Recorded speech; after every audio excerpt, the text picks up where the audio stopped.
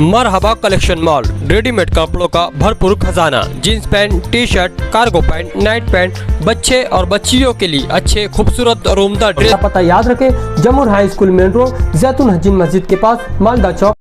हम सबके नेता माननीय अखिलेश यादव जी आ गए हैं।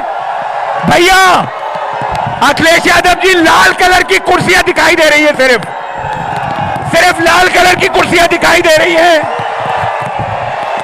इससे शायद बेहतरीन स्वागत कहीं हुआ हो। सिर्फ लाल कुर्सियां नजर आ रही है। समाजवाद का कलर है लाल, क्रांति का रंग है लाल।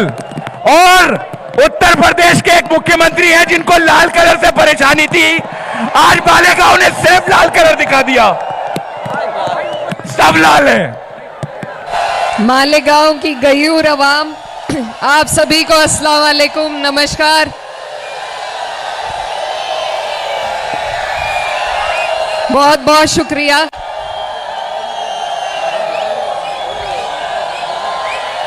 बहुत बहुत शुक्रिया आपका।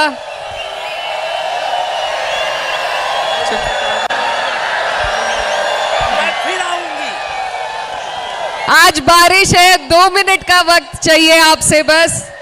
मैं सबसे पहले आप सभी का तहे दिल से शुक्रिया अदा करना चाहती हूं कि आप यहाँ पूरी महाराष्ट्र की समाजवादी पार्टी की टीम को, हमारे लीडर राष्ट्रीय अध्यक्ष जी माननीय अखिलेश यादव जी को, अबू आसिम आजमी साहब जी को, मेरे बड़े भाई नाहिद हसन और हमारी बड़ी बहन शान बाजी और मुझे सुनने के लिए आप यहाँ इकट्ठा हुए, मैं दिल की गहराइयों से आपका शुक्रिया अदा करती हूँ। आपके यहाँ आकर बिल्कुल एहसास नहीं हो रहा कि हम घर से बहुत दूर चलकर आए हैं। ये भी बुनकरों की और मेहनत कशों की धरती है, और जहाँ से मैं आती हूँ वहाँ भी बुनकरों की और मेहनत कशों की धरती है। तो आप में आपका ये जो अपनापन है, ये मुझे पूरा महसूस हो रहा है। और मैं यही कहना चाहती हूँ कि सिर्फ समाजवादी पार्टी वो पार्टी है जो हमेशा मेहनत कशों की लड़ाई लड़ती है। हमारे राष्ट्रीय अध्यक्ष जी, माननीय नेताजी, हमारे राष्ट्रीय अध्यक्ष जी, स्वर्गीय नेताजी हमेशा गरीबों की, वंचितों की, मुसलमानों की, पिछड़ों की लड़ाई लड़ते आए हैं। और इस मुहिम को महाराष्ट्र में भी जिंदा रखा है हमारी पार्टी की जिंदा दिल टीम ने, अबू आसिम साहब ने। और अब चुनाव का समय है, हम सब आज आपके बीच में आए हैं। आप जानते हैं कि कैसे लोग आज हमारे ऊपर बैठे हुए हैं, किस किस तरीके से हम पर जुल्म और सितम ढाए जा रहे हैं। हमसे हमारे सारे हक और अधिकार छीनने की कोशिश हो रही है। एक बहुत बड़ा गठबंधन आपके लिए बनाया गया है जो यहाँ पर चुनाव लड़ने जा रहा है। लेकिन मैं अपनी पार्टी के लिए आपको कहने आई हूँ कि हमारी पार्टी आपको सशक्त करने के लिए, आपकी मजबूती के लिए जिस तरीके से यूपी में जद्दोजहद कर रही है, उससे ज्यादा मजबूती से हम आपके बीच में महाराष्ट्र में मेहनत करने का काम करेंगे। तो मेरी बस आप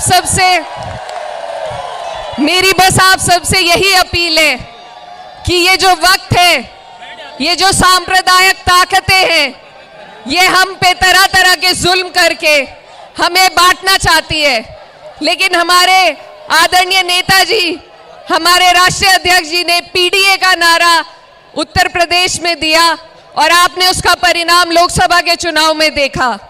इस सरकार के गुरूर को तोड़ने में सबसे अहम भूमिका अगर किसी ने निभाई है तो समाजवादियों ने निभाई है, हमारे राष्ट्रीय अध्यक्ष जी ने निभाई है। अब उसी मुहिम को आप लोगों को इसी जोश और जज्बे के साथ आगे लेकर के चलना है।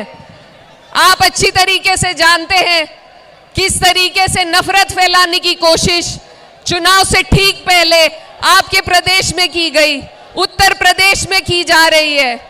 किस तरीके से वक्फ बिल ला करके हमसे हमारे अधिकार, हमसे हमारे हक छीनने की कोशिश की जा रही है। टावर से नीचे उतर जाओ, टावर से नीचे। तो ये जो चुनाव है, ये बहुत अहम चुनाव है। इस लड़ाई को हमें बहुत मजबूती से, बहुत संजीदगी से लड़ना है। मैं ज्यादा वक्त नहीं लेते हुए बस ये कहना चाहती हूँ कि मेरी जो बड़ी बहन है यहाँ पर, आपकी जो होने वाली प्रत्याशी है इंशाअल्लाह, उनकी जिस हालात में शुरुआत हो रही है, उन्हीं हालातों में कुछ मेरी भी शुरुआत हुई थी। और आप ही जैसे भाइयों ने, बड़े बुजुर्गों ने मुझे आशीर्वाद और प्यार दिया था और मैं आपकी बहन जीत कर आई थी। मेरी आप सबसे गुजारिश है, अपना होने के नाते मैं आपसे ये गुजारिश करना चाहती हूँ कि जिस तरीके से कैराना वालों ने मुझे जिताया, आपसे मेरी ये गुजारिश है कि मालेगांव वालों, आप मेरी बड़ी बहन को यहाँ से जिता करके भेजिए। हम सब मिलकर आपके लिए लड़ाई लड़ेंगे, आपके लिए इसी तरीके से कंधे से कंधा मिलाकर, चाहे बारिश हो तूफान हो, आपकी लड़ाई लड़ने का काम करेंगे। और अंत में सिर्फ ये कहना चाहती हूँ कि ये चुनाव सिर्फ चुनाव नहीं है, ये हमारे उसूलों की लड़ाई है। और उसूलों पर बात आए तो टकराना जरूरी है, जिंदा हो तो जिंदा नजर आना जरूरी है। साथियों, आज इतनी बारिश के बाद भी आपका जमा होना और हमारे लीडरान का यहाँ आना इस बात का सबूत है कि मालेगांव नहीं, पूरे महाराष्ट्र में अब तब्दीली आएगी। और अब ये मालेगांव से शुरुआत हो रही है। जिस तरह आप लोगों ने साथी निहाल अहमद साहब का साथ दिया था, आने वाले इलेक्शन में मैं उम्मीदवारी कर रही हूँ समाजवादी पार्टी से।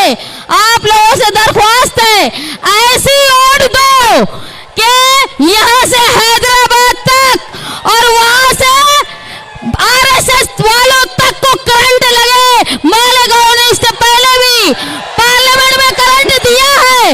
इस मर्तबा समाजवादी सोच और समाजवादी झंडे को हमेशा ऊंचा करने का काम मालेगांव शहर ने किया है।